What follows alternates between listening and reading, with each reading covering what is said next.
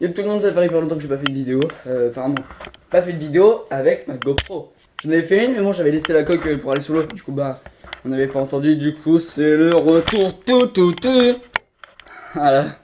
Oui alors. Bon, en fait aujourd'hui une vidéo un peu particulière parce que j'ai déjà tourné cette vidéo une fois. Mais c'était avec mon ancien tel. Du coup attendez. Je dois juste allumer les lumières du décor. Hop, celle-là on l'oriente bien vers nous. Tac tac.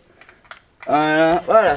Donc comme je vous disais, bah voilà, c'est bon là, le setup est mis. Attendez parce que je suis pas sûr parce qu'avec les GoPro on voit hyper facilement sur les côtés. Bon du coup si vous voyez la lumière là, c'est pas grave hein, on va se dire. Et du coup aujourd'hui, je voulais vous présenter les fléchettes lames de rasoir. Tout simplement c'est celle-ci.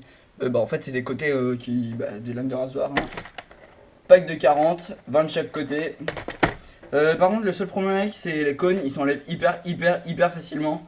Donc là, ce que je vous conseille, c'est de prendre les petites flèches normales, donc en gros celle-là.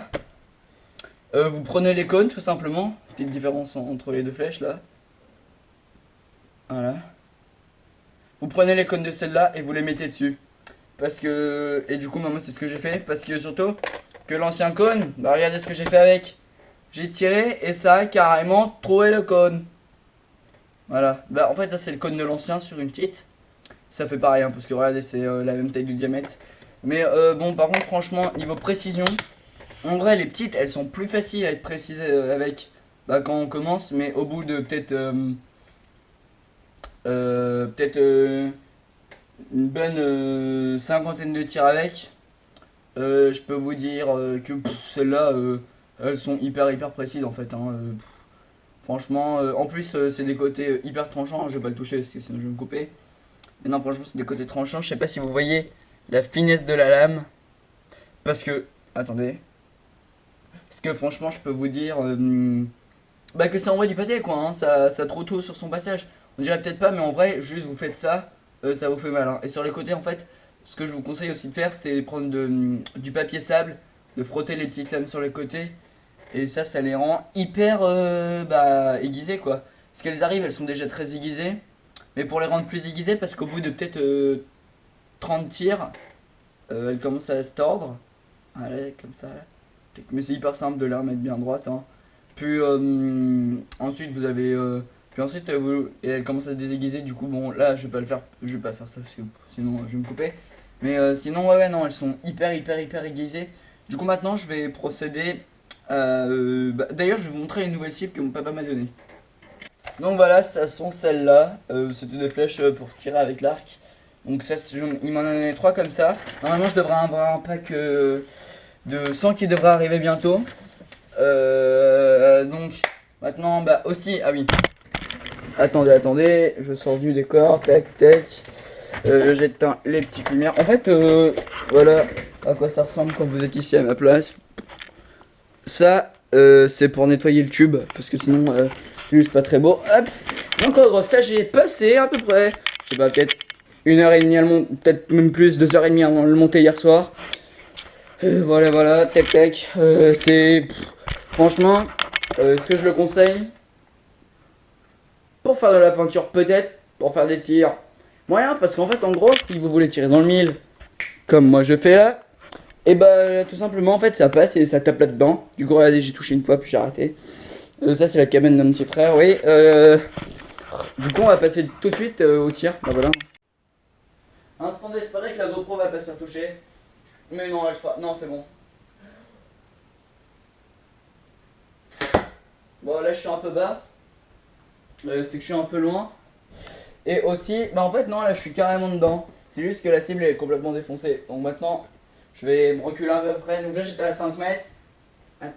Maintenant là je suis à 10 mètres à peu près. Là je suis à 10 mètres.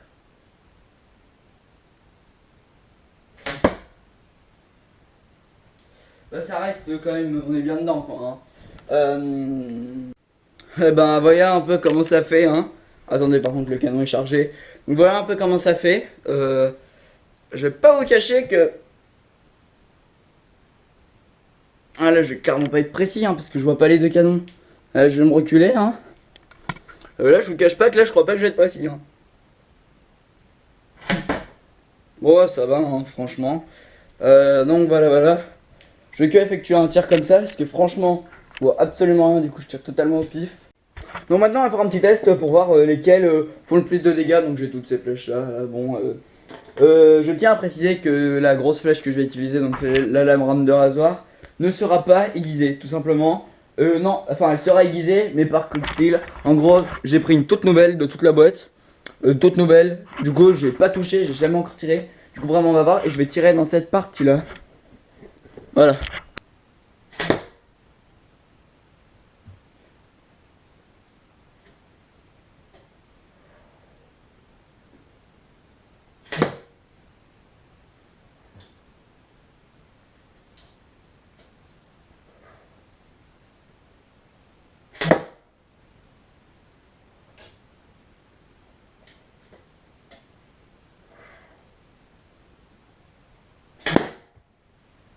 Attendez, j'étais un peu bas avec celle-là.